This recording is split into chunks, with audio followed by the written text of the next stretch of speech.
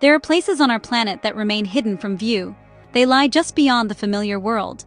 Lebanon is a land known for its ancient cities and its vibrant coast. But beyond the cities, another world exists. Here, great mountains rise towards the sky. They hold secrets within their folds. These are not empty spaces. They are alive, breathing with a quiet, ancient rhythm.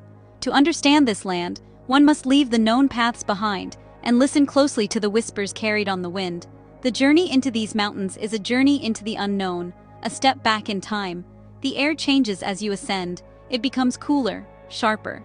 The noise of the world below fades away, replaced by a profound silence. This is the first test of the mountains. They ask for stillness. They demand patience. Every rock and every tree seems to hold a story, waiting for the right moment to be told. The peaks stand like silent guardians, their jagged edges cutting a stark line against the deep blue sky. We are about to enter a realm where nature, not humanity, sets the rules. A place where life continues in its purest, most resilient form, far from the gaze of the modern world. What secrets do these high places keep? What life finds refuge in these lonely expanses? The answers do not come easily. They are revealed slowly, in fleeting moments. A shadow that moves too quickly to be just a shadow. A sound that is too deliberate to be the wind. The mountains are a stage, but the actors are shy. They have learned to survive by being unseen. To see them, we must learn to look with new eyes, to see the world not as we expect it to be, but as it truly is, in all its hidden glory and quiet majesty. The path forward is steep and unforgiving. It winds through ancient cedar groves and across barren scree slopes. Each turn reveals a new vista, more magnificent than the last. But the real discoveries are smaller, more intimate. They are found in the details, the way the light catches the frost on a winter leaf, the print of a tiny hoof in the damp earth. We are intruders here, visitors in a kingdom that has existed for millennia. And as we venture deeper, we begin to feel the immense power and the delicate balance of this unseen world, a world waiting to be discovered. If you've enjoyed this journey into Lebanon's hidden mountains, don't forget to subscribe to our channel for more breathtaking explorations and untold stories from around the world. Join us as we continue to uncover the unseen. The scale of this landscape is difficult to comprehend. It is immense. Valleys plunge into darkness, their depths hidden by a perpetual twilight. Peaks soar into the stratosphere, their tops covered in snow even in the warmth of spring. It is a world of stark contrasts. Black rock against white snow, deep green forests against pale sun-bleached stone. The light here is different. It is sharp, clear, and unforgiving. It reveals every crack, every fissure, every sign of the immense geological forces that shaped this land over millions of years. This is a canvas painted by time itself, on a scale that humbles all who witness it. Look closer. The seemingly barren slopes are teeming with detail. The rock is not just gray, it is a tapestry of reds, oranges, and deep purples. Lichens, some of the oldest living things on Earth, cling to the stone surfaces. They create intricate patterns of green and yellow, a slow, silent explosion of life in an otherwise sterile environment. These tiny organisms are pioneers. They are the first to colonize the bare rock, slowly breaking it down, creating the soil that will one day support more complex life. Every surface tells a story of struggle and persistence, of life finding a way in the most challenging of conditions. Water carves its way through this ancient stone. Over millennia, it has etched deep gorges and sculpted hidden waterfalls. In winter, these waterfalls freeze into magnificent columns of ice, shimmering like crystal chandeliers in the low sun. In spring, the meltwater transforms them into raging torrents. The sound is deafening, a testament to the power of this single element. The water brings life. It nourishes the roots of the ancient cedars and quenches the thirst of the animals that roam these heights. It is the lifeblood of the mountain, a constant, flowing presence in a world of stillness. As daylight fades, the landscape transforms once more. The setting sun paints the peaks in hues of orange and pink. The shadows lengthen, stretching like long fingers across the valleys. This is the magic hour, the time when the world seems to hold its breath. The sharp edges of the day soften, and a sense of peace descends upon the mountains. The sky, now a deep indigo, fills with a billion stars, brighter and clearer than they can ever be seen from the world below. This is the mountain at rest, a silent, sleeping giant under a blanket of stars. Life here moves with a deliberate, unhurried grace. It must.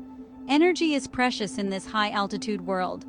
And so, the animals that call these mountains home are masters of conservation. Suddenly, a movement catches the eye. On a distant ridge, a Nubian ibex stands motionless. Its magnificent curved horns are silhouetted against the sky. It is a creature perfectly adapted to this vertical world. Its powerful legs and cloven hooves allow it to navigate the steepest of cliffs with an agility that really defies belief. It is a symbol of the wild, untamed spirit of these mountains. The ibex is not alone. Other, more elusive creatures share this domain. In the deep shadows of the forest, the Syrian brown bear roams. It is a solitary animal, rarely seen by human eyes. It moves with a surprising stealth for an animal of its size. A footprint in the mud, a patch of fur snagged on a thorny bush. These are often the only signs of its passing.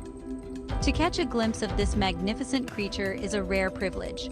It is a reminder that even in the 21st century, there are still wild places where large predators can live and thrive, far from the reach of humanity.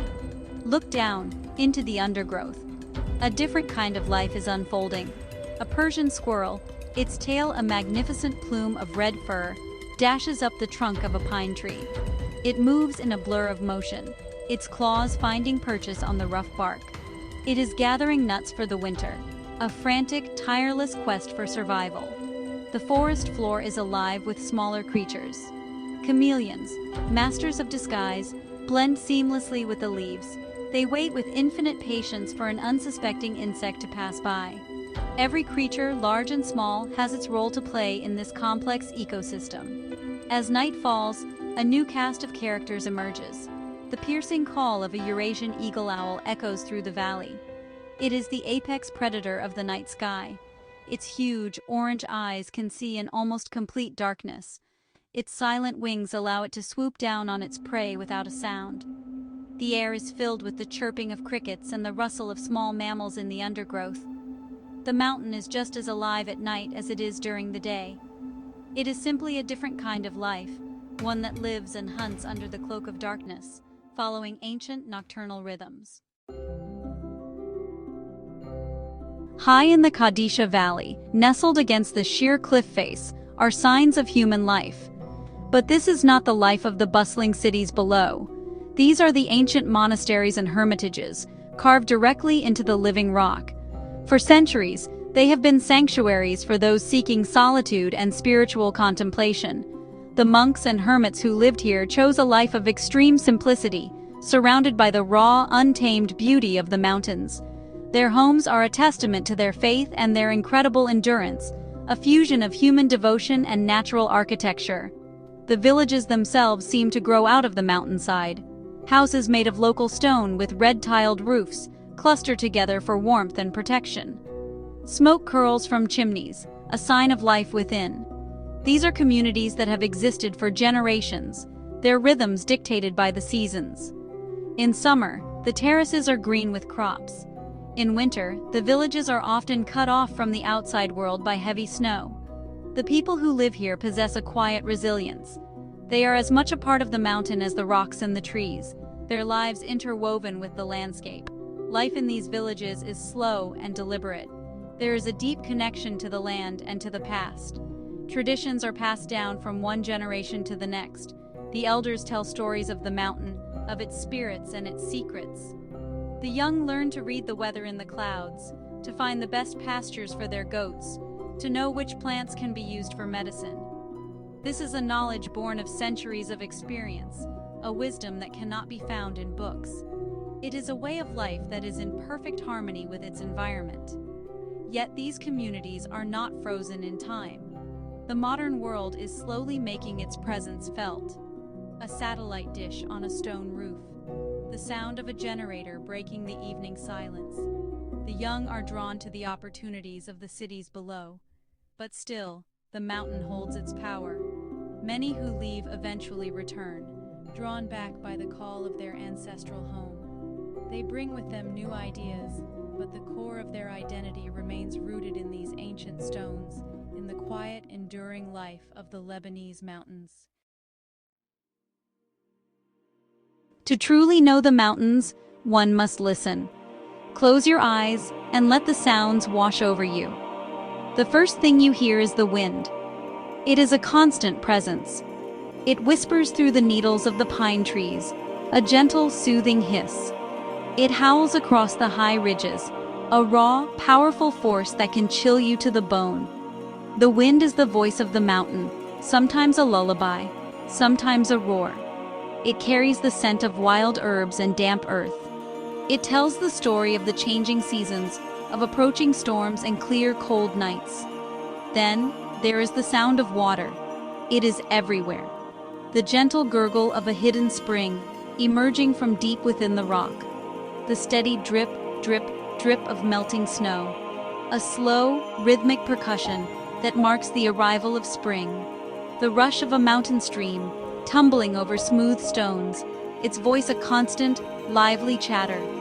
And in the distance, the deep, resonant roar of a waterfall, a powerful bass note in the mountain symphony. Water is the sound of life, of movement, of constant change in a world that seems eternal. The animals add their own voices to the chorus. The sharp, barking call of a fox, echoing through the valley at dusk. The frantic chirping of small birds in the morning, a celebration of the rising sun. The gentle bleating of a herd of goats, their bells clinking softly as they move across the pasture. Even silence has a sound here. It is the sound of anticipation. The pause before a predator strikes, the stillness before a rockfall. It is in these moments of quiet that you can hear the faint, almost imperceptible sound of an ibex's hoof on a distant ledge. All these sounds weave together to create a complex and beautiful tapestry of sound. It is a symphony that has been playing for millennia, long before human ears were there to hear it. It is a language, and if you listen carefully, you can begin to understand it. You can learn to distinguish the sound of the wind in the cedars from the wind in the pines. You can learn to tell the difference between the call of a hawk and the call of an owl. To listen to the mountain is to become a part of it, to tune into its ancient, timeless rhythm. Our journey into the unseen world of Lebanon's mountains is coming to an end. We have glimpsed a world of breathtaking beauty and surprising life. We have seen the vast, silent landscapes, the elusive wildlife, and the ancient human settlements that cling to these high places. But for every secret we have uncovered, 1,000 more remain hidden. The mountains do not give up their mysteries easily. They demand respect, patience, and a willingness to look beyond the obvious, to see the magic in the small details. What is the future of this hidden kingdom? It is a fragile world. The pressures of the modern era are ever present.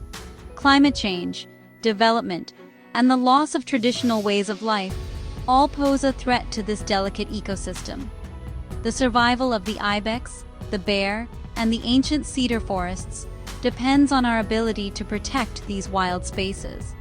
It requires a conscious choice to value what is wild, what is quiet, and what is untouched. The future of these mountains is in our hands. The experience of being in these mountains is transformative. It changes your perspective. It reminds you of the immense power and beauty of the natural world. It makes you feel small, but in a good way. It puts your own life and concerns into a larger context. The silence of the peaks, the clarity of the air, the vastness of the sky. These things stay with you long after you have descended back into the noise and bustle of the world below. It is a memory that nourishes the soul, and so, the mountains will continue to stand as they have for millions of years. They will keep their secrets, waiting for the next curious traveler to venture into their domain. They are a timeless reminder of a wilder, more ancient world that still exists, just beyond the horizon. a world of silence, of beauty, and of enduring mystery. An unseen Lebanon, hidden in plain sight, offering a glimpse of our planet in its purest, most magnificent form. This is a treasure, and it is our responsibility to cherish and protect it for all time.